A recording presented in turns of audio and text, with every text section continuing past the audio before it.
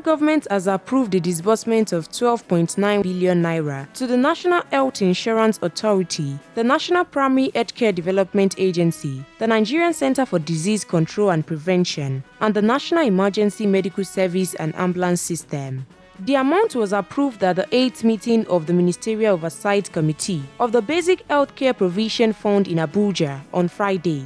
The committee stated that the funds was disbursed for the fourth quarter of 2024 based on the current BHCPF guidelines. The mark of the BHCPF ensures the effective implementation, transparency, and accountability of the fund. It oversees the Basic Healthcare Provision Fund's strategic direction, monitors fund disbursement, and ensures alignment among the four gateways: NHIA, NPHCDA, NEMSAS, and NCDC.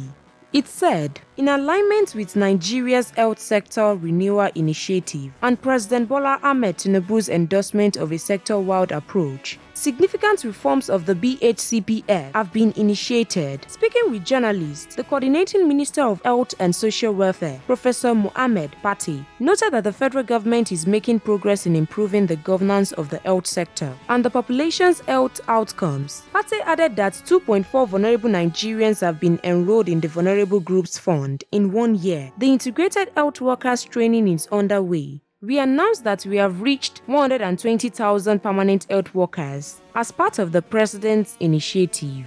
Stay tuned to NaijaNews TV for real-time updates, breaking news, and exclusive content.